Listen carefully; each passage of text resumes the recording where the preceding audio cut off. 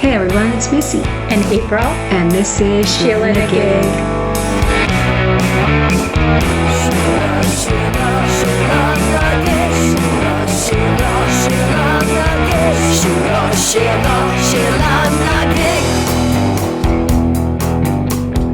Hey everyone, welcome. Thanks for coming back. Thanks for listening once again. Yeah. We're really happy you're here. April? Yes? How are you? I'm well, thank you. How are you doing? I'm okay. I'm just a lot of weirdness. Yeah, There's a lot of weirdness right now. I was going to say, okay, maybe I'm not okay. Maybe I'm a little out of sorts. Yeah, we have a lot of demonstrations and protesters. Happening in Los Angeles. Yeah, protests happening in Los Angeles. And it's heartbreaking. It is heartbreaking what's happening with, ICE coming in and breaking up families. And one of the things I find particularly distressing is they're picking up potentially undocumented workers who are working. While they're working. So this doesn't seem like people that are used to say heinous. No. And they're going to schools, graduations, funerals, I heard the other day. I mean, it's just family-oriented. It's horrifying is what life it is. cycles. Yeah. It's horrifying. So just hoping and praying for all those families out there who are experiencing horror and such, just fear. And living under so much uncertainty. Yeah, there's a lot of uncertainty right now. And I've been listening to the Peabody trial a little bit, and I'm hoping it'll be over by the time this podcast is airing. Yeah, but there's a lot hanging in the Los Angeles air. There's a lot hanging in the Los Angeles air. That's in New York. Yeah. That trial's in New York right now, but he's an LA guy. I think I don't know if he's an LA guy, but he's certainly bi-coastal. Really, yes. Yeah. Yeah, Moose chopped that whole chunk out. I just don't know. Yeah, maybe. But yeah, so there's just, and of course, I think I spoke in the last episode that my friend Jean died. Yes. Our dear friend Jean passed away. And there's just a little bit of heaviness going on. And it's nice to have a structure with our podcast that we get to focus on other things and things that we feel are important, like important stories to be shared. Absolutely. And can I mention that next week, my Sheela, my daughter Sarah, is graduating from UC Santa Barbara. See, like that. Let's focus on the good here. That's amazing. She's getting a bachelor's degree in economics, and then she's heading off for New York City. Oh, it's so exciting. I'm so excited for Sarah. And of course, shout out to Sarah. She helps us with our Instagram. She does. She posts. She's a lovely gal. That's very exciting. Yeah, that's very exciting. Well, we didn't mention this yet, but just in case you didn't know, each week on our podcast, we present and explore our own SheelaNaGig, a woman whose strength and perseverance has led her to greatness, somebody who empowers us, somebody that we think is awesome, and somebody we want to share with you. And it could be somebody you've heard of. Or somebody you haven't heard of, but should. Yeah, exactly. So that's what we're doing today. And we're glad that you're, tuning in for this episode. It's Missy's turn. It's my turn. Yes, it is my turn. So tell us about your Sheela. Well, as you know, and I think most of you know, I am an avid podcast listener. I love podcasts. I'm a big listener and fan of many podcasts. So today I decided I really wanted to bring to light one of my very favorite investigative journalists. Her name is Madeleine Baran of the In the Dark podcast. And some of you have heard her. Some of you have probably heard her on, NPR, not even realized, but she is so talented and so committed to what she does.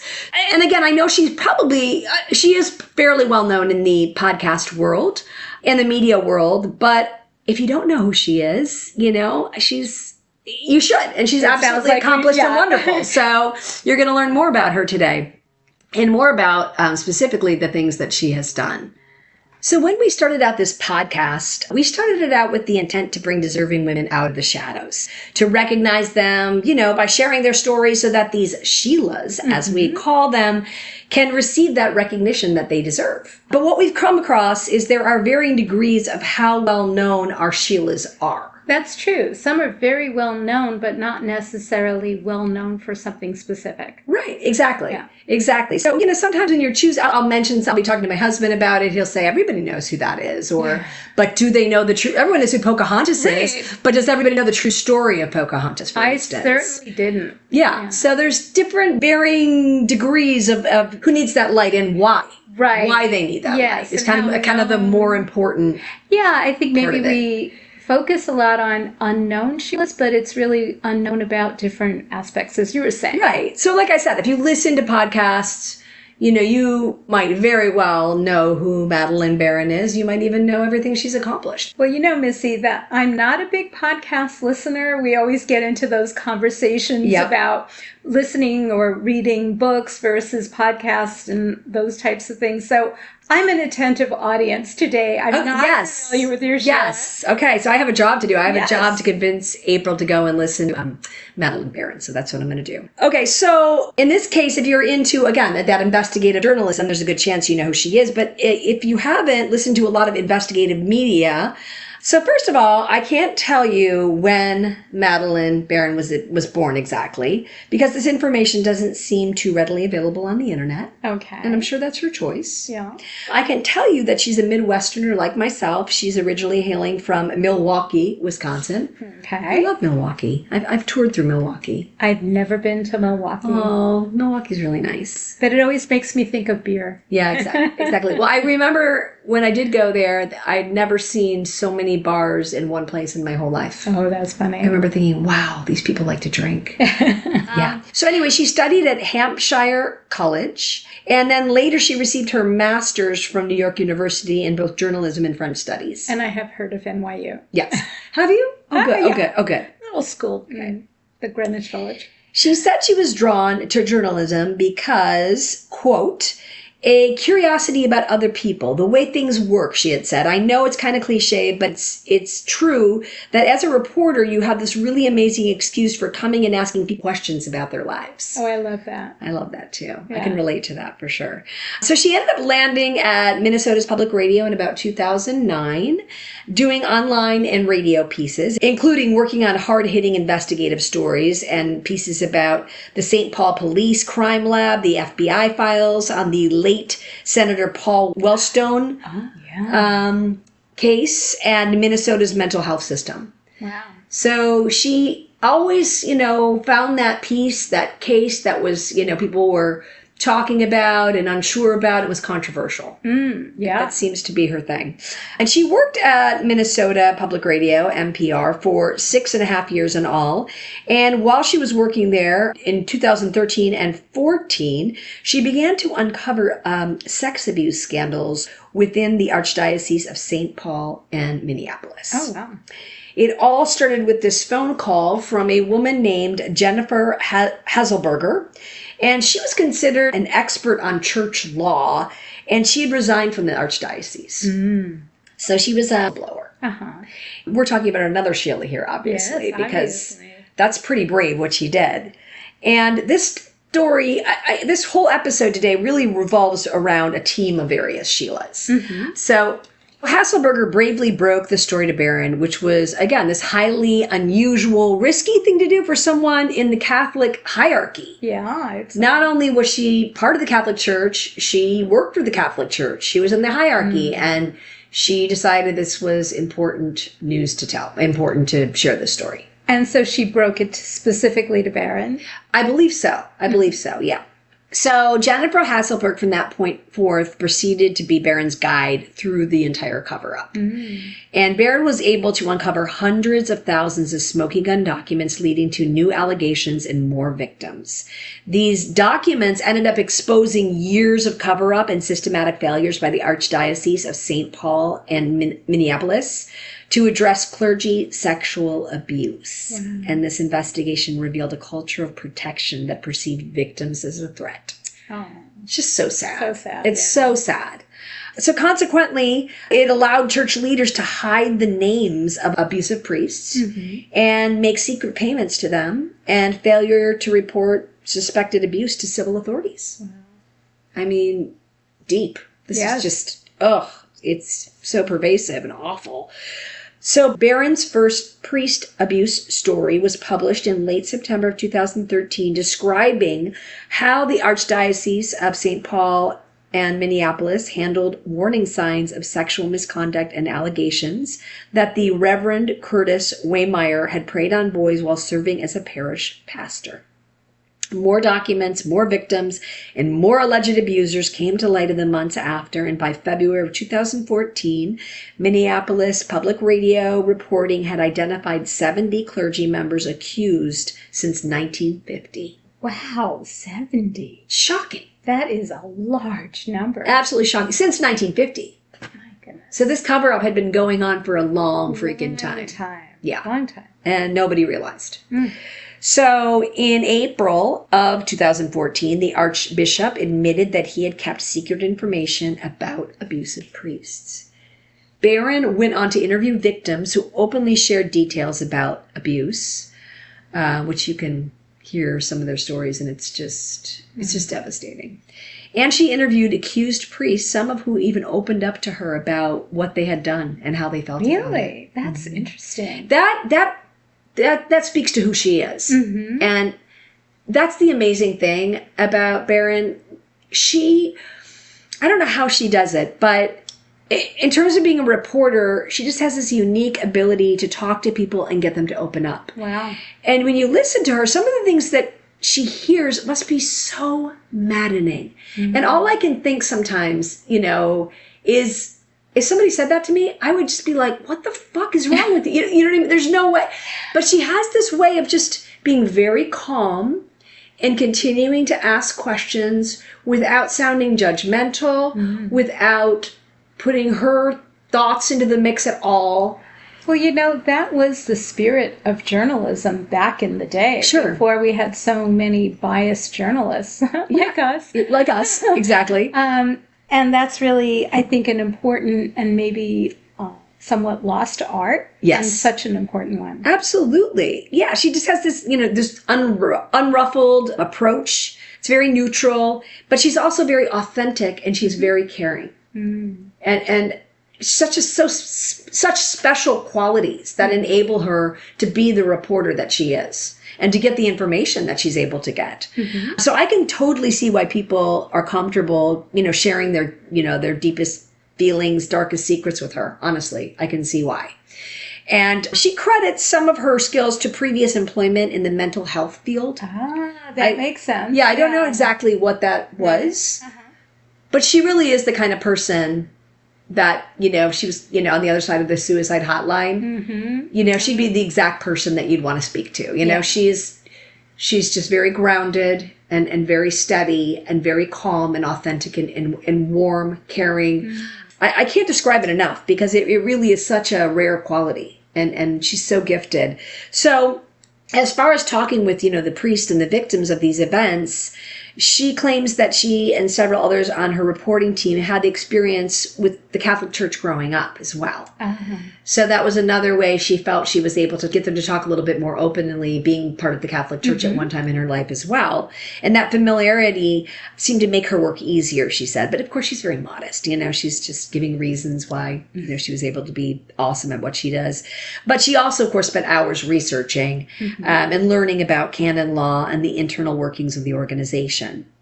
But eventually her year-long reporting and coverage of the Archdiocese of St. Paul in Minneapolis culminated in 2014 with a daring and groundbreaking radio documentary called Betrayal by Silence. Wow. Which I have not yet listened to, but it is certainly on my list. I'm sure. Yes. I'm sure. But Baran led Minnesota Public Radio's award-winning coverage and meticulously documented a cover-up perpetuated by 3 archbishops. Wow. And ultimately, her reporting led to the resignation of the archbishop, criminal charges against the archdiocese, and lawsuits by victims of clergy sex abuse. So she made a huge difference. I'd say so. Yeah. And the Archdiocese of St. Paul in Minneapolis eventually agreed to a $210 million settlement with 450 victims of clergy sexual abuse as part of its bankruptcy or reorganization. Wow. I'm surprised that priests granted her interviews and shared so openly, especially given the exposure and the consequences of that. Well, maybe they wanted to get it off their chest. I guess so. Wow. Maybe they felt terrible. Who knows? I'll know more once I listen to the podcast. In 2014, she also received a very prestigious Peabody Award, and this is an award that aims to recognize and honor the most powerful, enlightening, and invigorating stories in electronic media, highlighting both entertainment and documentaries that address social issues. Mm-hmm. And established in 1940, the Peabody Award is actually the oldest electronic media award in the world. Mm-hmm. She also received that same year the Gracie Award. It's named after the late, great Gracie Allen. I was wondering about that. Yeah. And the Gracie Awards have been a beacon of recognition for women in media for over 4 decades. They celebrate their accomplishments and contributions in the industry, and they also serve as a platform to champion inclusion, representation, and truth in the media. Mm. So these were both huge coups in her career. This was a big step to receive these awards. Mm-hmm. And I should also mention that the Gracie Award is presented by the Alliance for Women in Media Foundation, the AWMF. So pretty awesome. So amazing success from this, story that she broke. And that's just the beginning. Mm-hmm. That was just the beginning. So in the interest of time, I can't possibly touch upon all of Madeleine Baran's accomplishments, but I'm going to do my best to give you a quick overview here. Okay. So in 2015, Madeleine began working on a new investigative project with American Public Media's Investigative and Documentary Unit, APM Reports, and decided to make a podcast about their findings.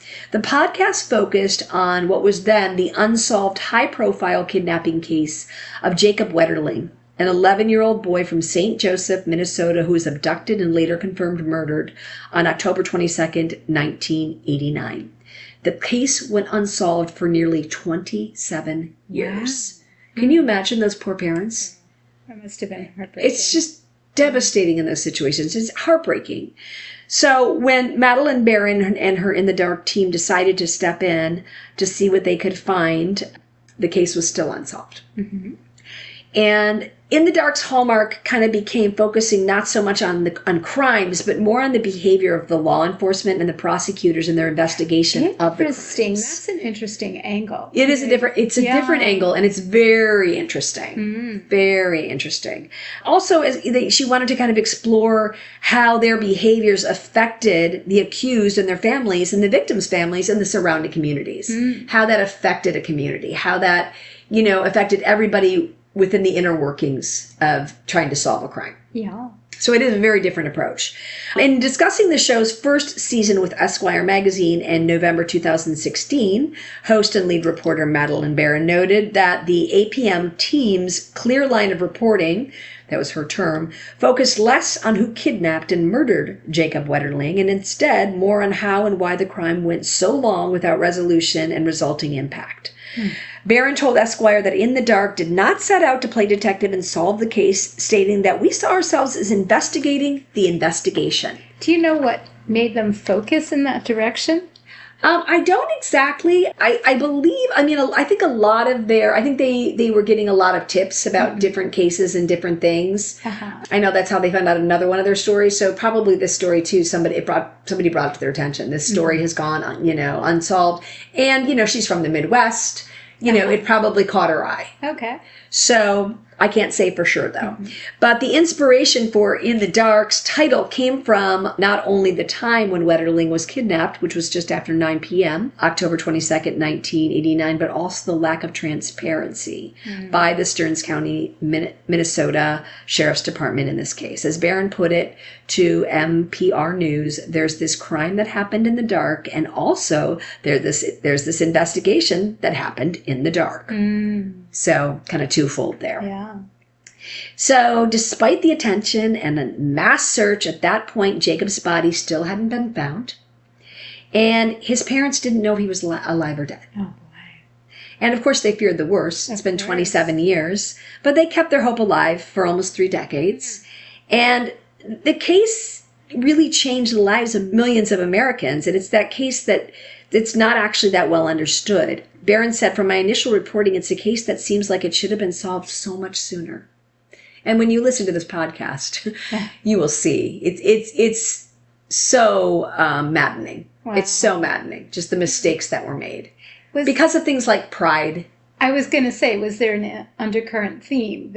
Things like like pride and covering things up so you wouldn't look bad, like that kind of thing. So trying to, yeah. Yeah, just, it's very sad. But Baran and her team delved into the Wetterling investigation of the crime and its effects on the community, and the team focused on systematic failures, in particular, on how that Stearns County Sheriff's Office handled not only the case, but other similar cases. Uh-oh. So that was interesting, too. So were they uncovering like a pattern of incompetence? Absolutely. A pattern of incompetence. Absolutely. So in addition to, examining the actions of the Stearns County Sheriff's Office, broader repercussions of the Wetterling case were also explored, including, the family, the friends, who were extensively featured throughout the podcast. And the national implications. Like, this was a big story. I remember when it broke. Nobody felt safe. These kids were in a small town, going out in 3 of them together and on their bikes. And one gets abducted? And one gets abducted. Yeah. So in the end, it did end up establishing a federal law named Jacob's Honor that requires states to implement and contribute to registries that track sex offenders and crimes against children. So there's a little silver lining out of it. But the In the Dark team, they wanted answers about this investigation and why it was never solved and why hasn't Jacob's body been found. So the team spent almost 9 months embedded in this case, tracing the police investigation, interviewing the witnesses, and some of the witnesses had never been spoken to by the police. Oh, no. The first thing you do is, as quickly as you can, when there's somebody who's a missing person, you talk to everybody in that neighborhood, everybody in that area. And they barely talked to anybody. And this was more a function of just incompetence and not trying to not solve the case or cover something up. Right. Well, and they decided to blame it on this neighbor, which was terrible because he actually was a witness. He called in to say that he had witnessed this car turning around in his driveway. And instead, that turned him into their main suspect. Oh, no. For a long time. Oh, wow. To the point where it really ruined his life. I'm sure. Yeah. I'm sure. Yeah. So I think sometimes in these cases, it's easier just to say, yeah, this is the person who did it. Let's move on. And that's really kind of, I think they just had it in their mind. We're going to put it on this guy. There's enough evidence here. We don't need to do any more work on this. Soon after the podcast was announced, it climbed the iTunes charts thanks to true crime fans subscribing early because there's a lot of anticipation about it. And then it was interesting because a week before the first episode was to be set to be released, the case was finally solved. Oh my goodness. I know. How did that happen?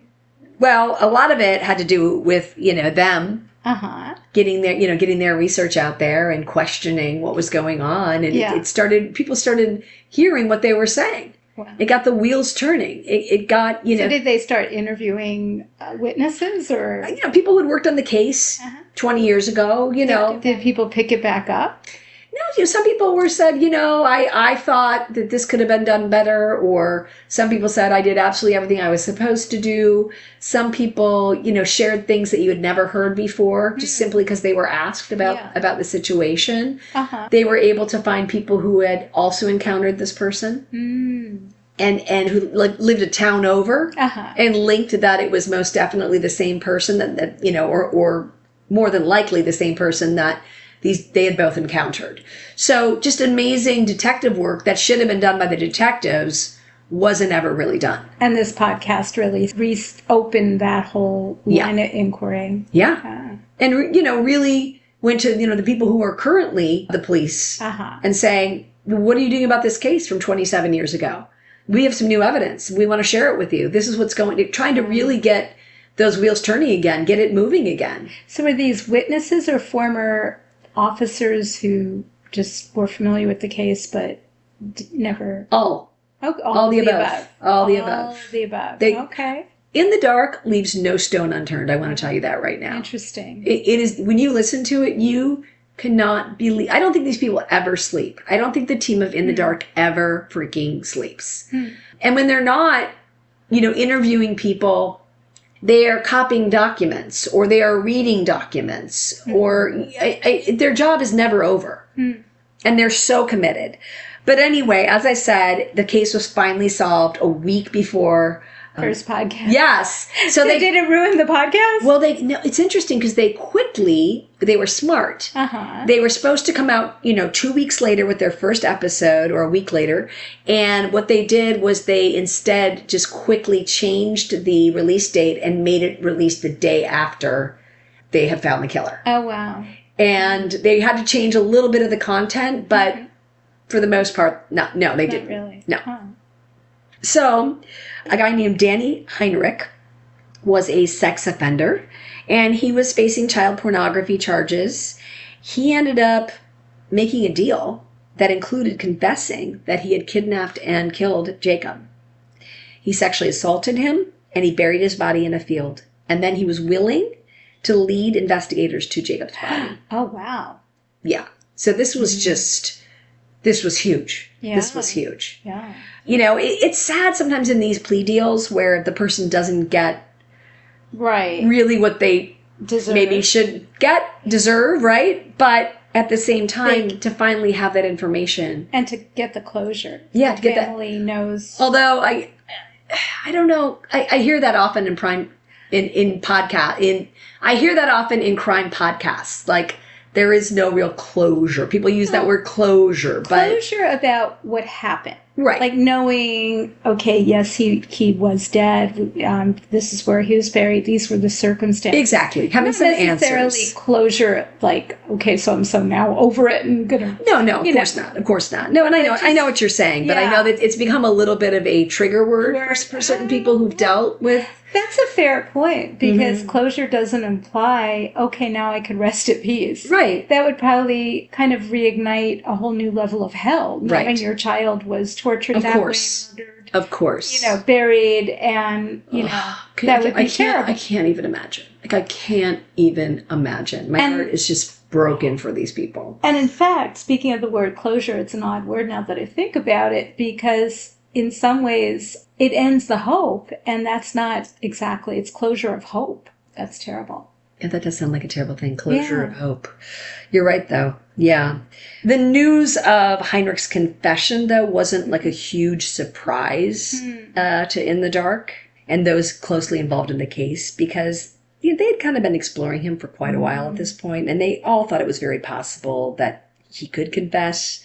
He had been in jail for almost a year on those child porn charges, and he had been looked at for a long time, off and on, with connection, but it just there was never enough evidence. Okay. So this, obviously sealed the deal. And I think it's really important in these types of cases for the public to look critically at law enforcement, Baran added. A lot of attention is paid to the criminal, but we should also pay attention to law enforcement. It's the job of law enforcement to solve that case. I hope that this podcast generates interest to people across the country to start asking some tough questions about what are the big cases in my area that are not solved, and what did law enforcement do to solve these cases? Yeah. I mean, we've heard of cases where there was too much bias, a quick rush to judgment. Sure. Mistreated evidence, all those things. Goes on and on. Yeah. And for what end, too, right. Which is interesting. So, again, it's a sad case. It's a very sad ending.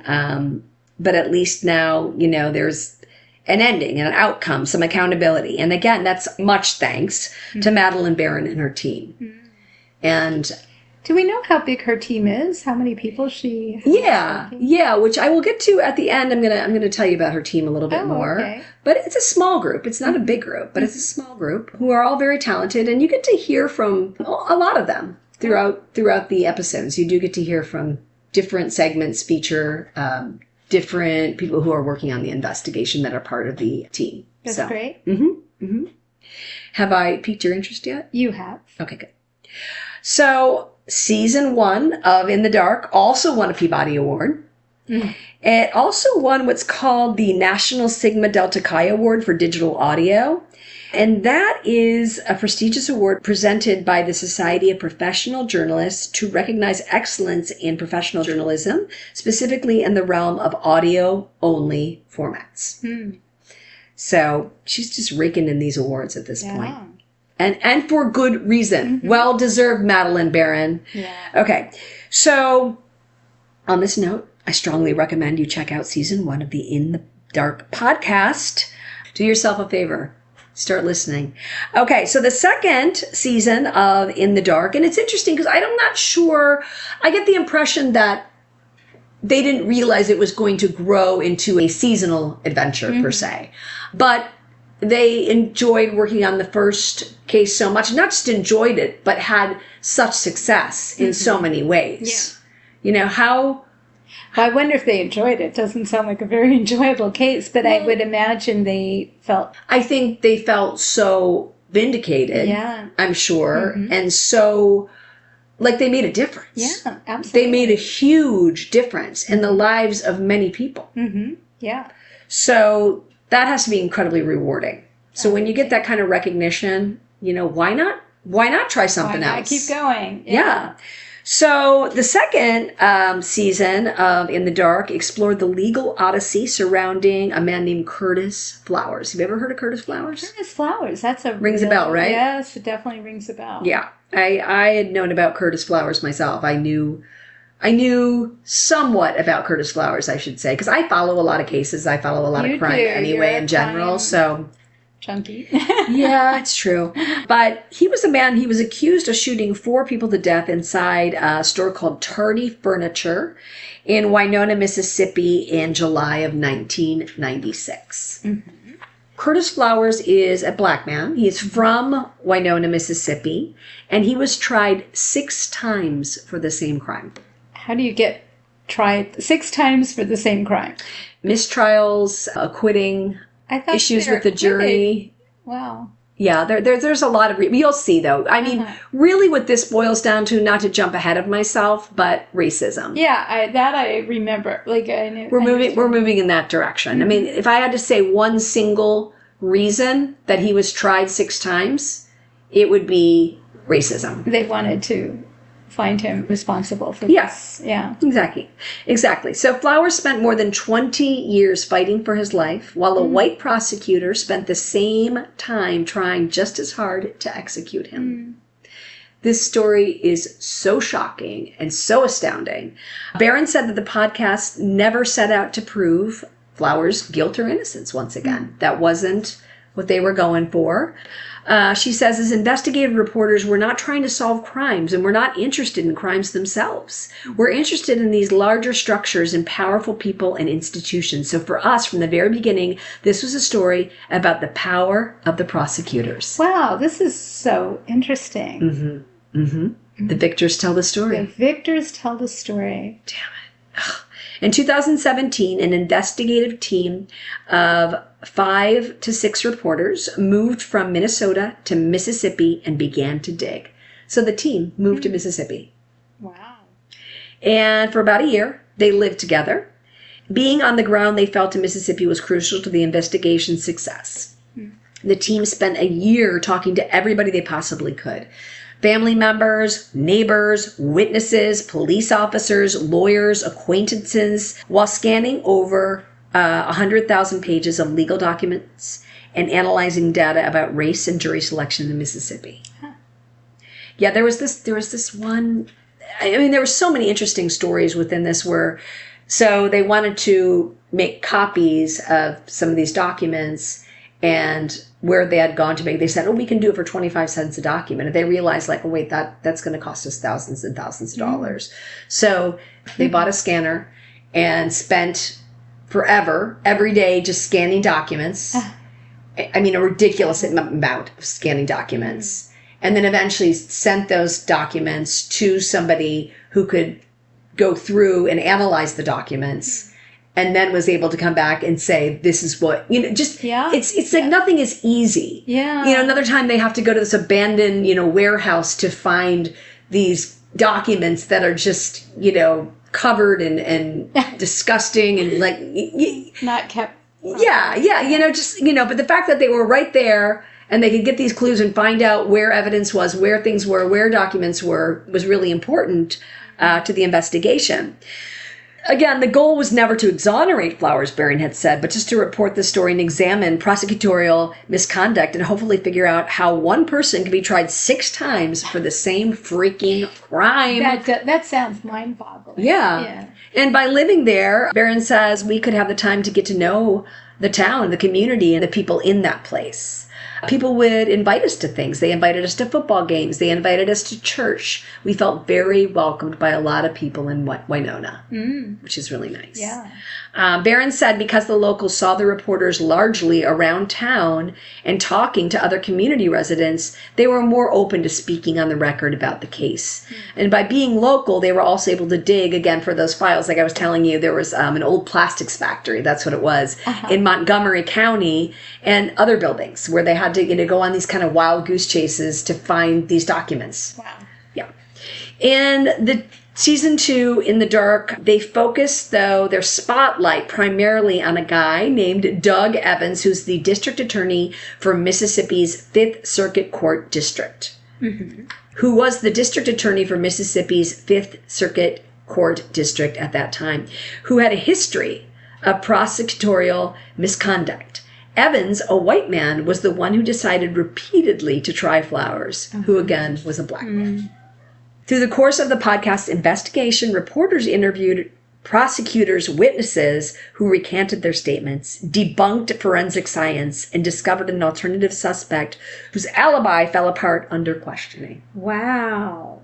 On the podcast. How did on the podcast? I just got that. So that's what's amazing. Those moments happen on the podcast. Oh my goodness. Where these people have never recanted their statements, but they do when they talk to Madeleine Baran.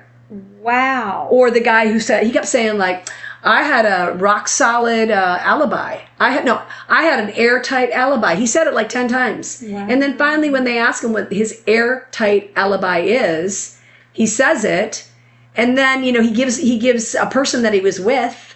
They go to that person, and she says, I wasn't with him. Did the police ever go check that out? Wow. He said he was in a different state. He wasn't in a different state. But the police obviously took his word for it. Well, it sounds like the police had an agenda. Again, they had an agenda. I think they chose Curtis Flowers. He had actually worked at Tardy Furniture for a short time.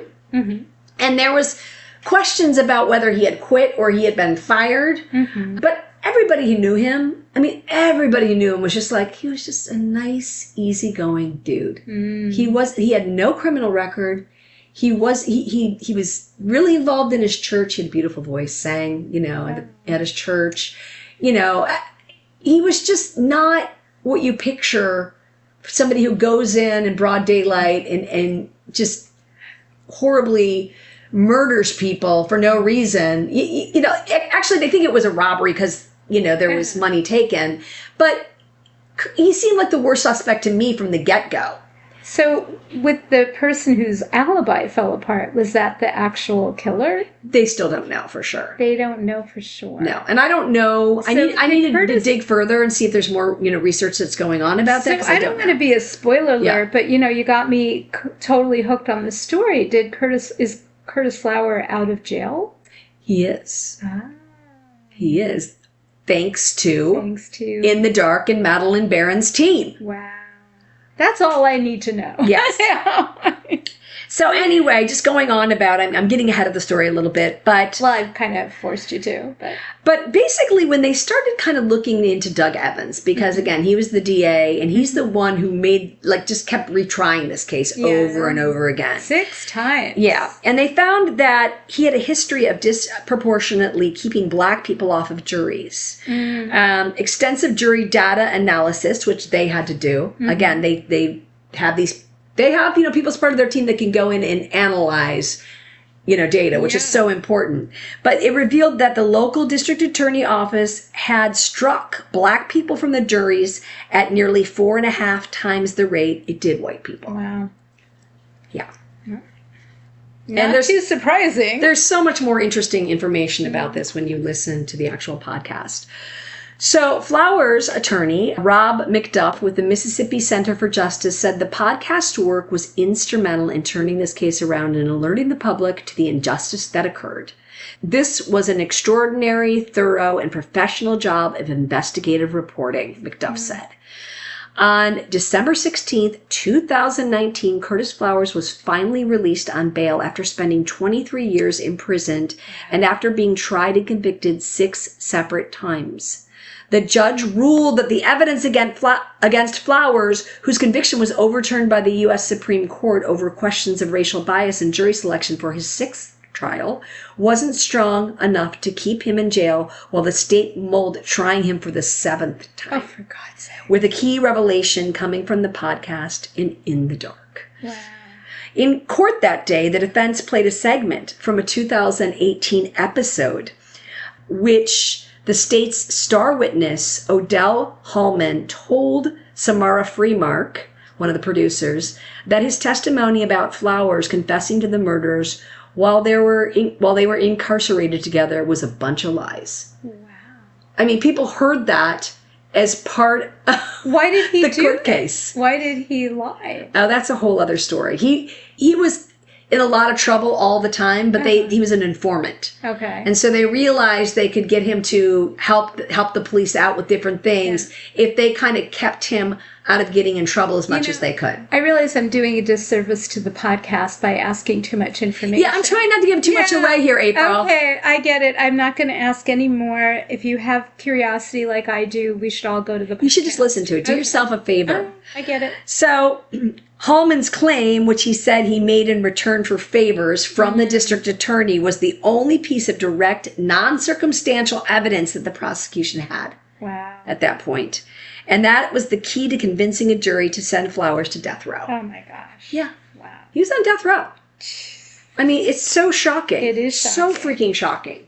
So having the podcast become part of the hearing that got Flowers out of jail that day was a surreal moment for the host and lead reporter Madeleine Baran, who was seated in the court's jury box alongside other reporters that day. She didn't even necessarily know it was coming. Huh. And there it was. There it was. And Curtis Flowers might still be on death row now, if not executed by now. Again, if not for Madeleine Baran and her team. Wow. So in 2020, season 2 of In the Dark won the Alfred I. DuPont Columbia University Award, a prestigious honor in broadcast and digital journalism, recognizing excellence in public service reporting, storytelling, and impact. It's considered the broadcast equivalent of the Pulitzer Prize. Wow. Amazing. And so well deserved. Yeah. And that's the other thing about their investigative journalism, because there's also this aspect of storytelling. They're weaving a story, and it's so compelling. The story is so freaking compelling. Like, you can't help but to binge listen. Yeah. You know, I mean, for me, it was always like, oh, I have an hour drive. I can listen to one episode, you know, but I just was addicted, absolutely addicted to it. So Madeleine Baran also received the Radio Silver Gavel Award, which is presented by the American Bar Association. It is an annual award that recognizes outstanding radio productions that foster public understanding of the American law and legal system. Wow. So, I mean, what an honor. I keep hearing myself go, wow, wow. She's amazing. She's amazing. And once again, that same year, she received yet another Peabody Award. So the podcast has attracted a serious following, garnering tens of millions of listeners and more than 40 million downloads of that second season. And that could be more by now. I don't know. This could be outdated. Then, in April of 2020, Madeleine Baran and the investigative journalism podcast In the Dark released a 6-part special report. It was a report as opposed to a new season. And it was entitled Coronavirus in the Delta. Instead of its usual focus on crime, the series delved into the impact of the COVID-19 pandemic on rural America, specifically in the Mississippi Delta region. The reporting used unconventional methods, such as a doctor at a hospital recording a tour and football players recording their Zoom calls with their coaches, to provide a unique perspective on the life during the pandemic. Then in March 2023, The New Yorker acquired the In the Dark library, and its team joined the magazine's staff to continue producing and distributing new episodes. That had to be very big and exciting. Absolutely. You know, can you imagine, here you are, this podcast, and you're suddenly asked to join The New Yorker? Yeah. Yeah, pretty amazing. But well-deserved again. Right. Completely well-deserved. Yes. And I will mention, I started to listen to the COVID-19 pandemic on Rural America episode, but I have not finished it. So I'm not going to say anything about it. So at that time, in March of 2023, they worked on a 4-part miniseries titled The Runaway Princess, which I think I told you a little bit about. You did. You mentioned that in a previous episode. Mm-hmm. And it's based on the attempted escape of Emirati Princess Latifa bint Mohammed Al Maktoum, based on reporting and also co-created not only by Madeleine Baran but Heidi Blake. And it was released in January of 2024. And it is another great listen and indeed quite a curious and sad story. Yes, you shared a little bit of it and it really is intriguing. It's intriguing and it's sad. It delves into some very horrific things. Mm-hmm. So definitely worth a listen. And Heidi Blake is great too. She and Madeleine worked on this piece together. In the Dark's 3rd season began releasing episodes in July of 2024. Mm-hmm. And season 3, Madeleine Baran examines the 2005 Haditha killings of at least 24 men, women, and children conducted by the U.S. Marines on November 19th, 2005 in Haditha, Iraq. It's a tough one. I can't imagine. I don't know that any of these are particularly easy. I mean, they're all painful. And when I think about it, too, because, she and her team moved from one piece to the other, mm-hmm. because it's not just like you're moving into the research. They did 4 years. I think this is the one they did the most research mm-hmm. for. 4 years of research before they released the series. Which is really admirable. It really goes to tell you they're not rushing to the mic just to throw out information, but to really take a deep dive. Absolutely. Deep dive for sure. And it's a hard listen. There's no way around it, but it's very necessary. And it really kind of digs into the arcane world of the military justice system. Mm. And it's a 9-part series, so it does take a little bit of a commitment. There are just hundreds of interviews and thousands of unreleased documents that they were able to get released. Wow. Which was pretty telling. Yes. And not easy. Mm-hmm. Not easy. I'm sure. I'm sure they didn't. They had to be incredibly tenacious. Hi, here, have this. Right. They had to be incredibly tenacious. They had to be incredibly tenacious throughout this, And then there's always those people. I like how they include the people who don't want to talk to them as well as the people who want to talk to them. Yeah. Because they have to deal with a lot of people very upset with them, mm-hmm. not wanting to talk to them, swearing at them. Yeah. It's not an easy job. Oh, no. It is not an easy job. Yeah.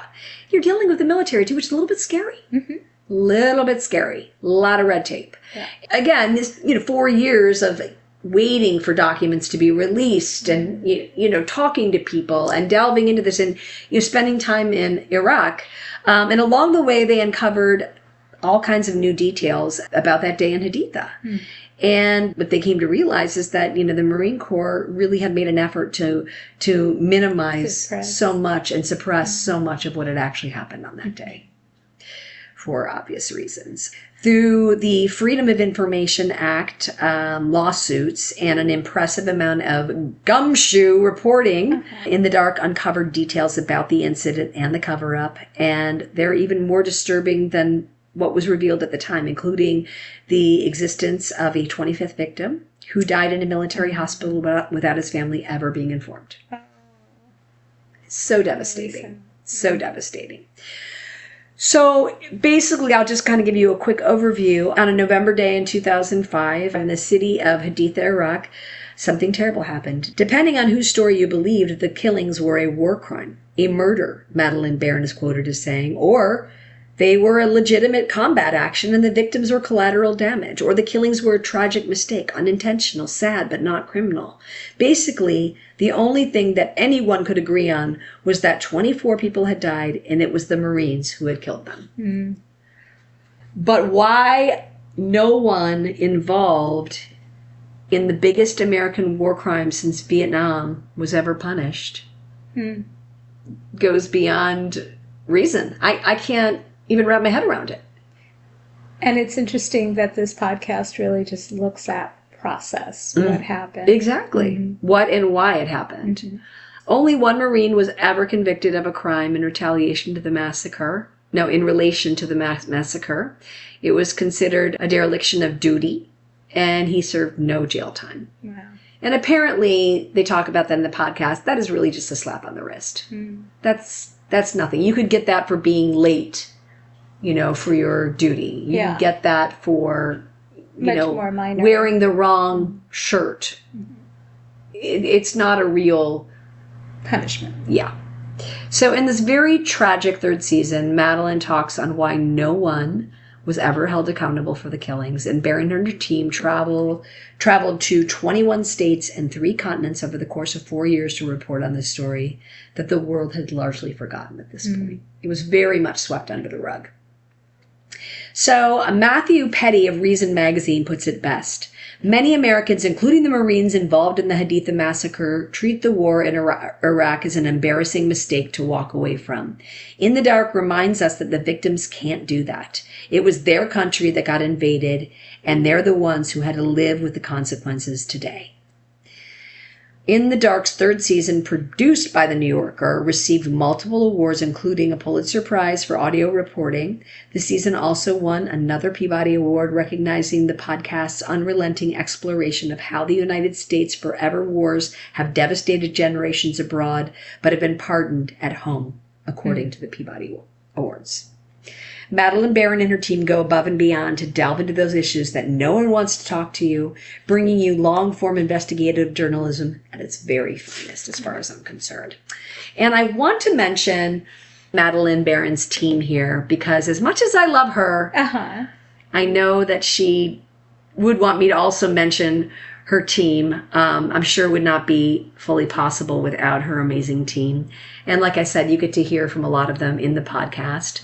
But the main team members of the In the Dark podcast include not only Madeleine Baran, who is our host and lead reporter, but also Samara Freemark, who's the senior producer and managing producer.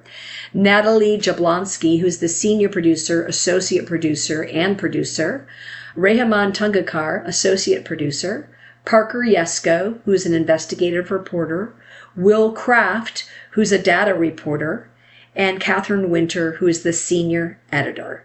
Madeleine Baran's compelling and necessary stories are stories that seem to always, at some point they become whispered and distorted to protect something or someone. That just seems to be the reoccurring theme here. And I'm just so grateful and in awe of this type of hardcore investigative journalism. I'm in awe of it. I remember I'd said to you at one point, I'm a mother, but at some point in my life, if I could just kind of be like Studs Terkel, just invest my life in hearing people's stories and doing investigative journalism. I just think it's such an amazing, and it's not an easy job. You sacrifice so much of your life. I was trying to look up to see, how many of these people were married. I don't know if Madeleine Baran is married or not. I couldn't seem to find anything about it. I believe Samara Freemark might be, but, I can't imagine that your relationships wouldn't have to suffer a little bit if you are so involved in something like these investigative pieces. I can't imagine. Well, I was just going to comment that ordinarily when you're exploring a Sheela, you really like to bring out all the dimensions of her family, her life, her personal experiences. But it strikes me that a great journalist isn't about their story. It's about the stories they're developing and telling. Exactly. And the fact that you could get so little about her and her team is really a statement to their professional commitment to what they're about. That is such a good way to put it, April. And I think you're absolutely correct. And she's very modest. I mean, in every interview, she's incredibly modest, and she's always giving a nod to her team, but that makes a lot of sense. That makes total sense in what you're saying. Yes. And the thing I kept coming back to too is like this team, these reporters, these investigative journalists, they are valuing someone else's story above their own safety at times. Yeah. They've gone to some dangerous places. Above everything. And the story is the cost. The story is that important to them. And, the risks that these reporters take. Again, I said earlier, you often hear people yelling at them. They'll be driving up on a property and they'll be discussing that there's signs that say, we'll shoot upon, entering the property. Well, I guess we'll have to risk it. Just the risks that they are constantly taking, knocking on strangers' doors at all hours of the day and night. They don't know who's on the other side of that door. They don't know if that person has a gun. True. So that's just, they're so fearless. They're so brave, and again, I just have such respect and admiration for their tenacity and their diligence and that selflessness. And their main goal is just pursuing these stories till their end, to the necessary end. Yeah. And that is so admirable. And the ends aren't necessarily guaranteed. I mean, they've really had some fascinating, spectacular outcomes because of their investigative journalism, but you never know what's going to happen. In fact, I don't know what's happening next. I keep looking for, season 4 of In the Dark. Maybe they're taking a necessary break. I kind of doubt it. I highly doubt it. They're probably taking a deeper dive into something. They're probably already working on something and none of us know about it, but I will be there every step of the way for season 4. If there is a season 4, I sure hope there will be. But go out there, listen to Madeleine Baran, go listen to In the Dark. I was thinking about it, I just realized, she just inspires me to think bigger, way beyond myself, to love deeper and to consider all those aspects and sources of any given story. It's so much the bigger picture. Yeah. So do yourself a favor, everybody. Madeleine Baran, love you. Love you, love you. You're amazing. You're awesome. Well, thank you for bringing her. And you're Sheela. You are a true Sheela. We crown you a true Sheela. And we crown your whole team true Sheilas. And I think there's some support bros there too, and right? Support bros, and support bros. Awesome. Well, thank you for bringing her today and for enlightening us. And thank you. Thanks for listening. I'm going to have to go listen. Yeah, you are. I'm going to hold you to it, girl. And next episode, I'm going to ask you. Okay. All right. Bye, everybody. Thanks so much. Unabashed in your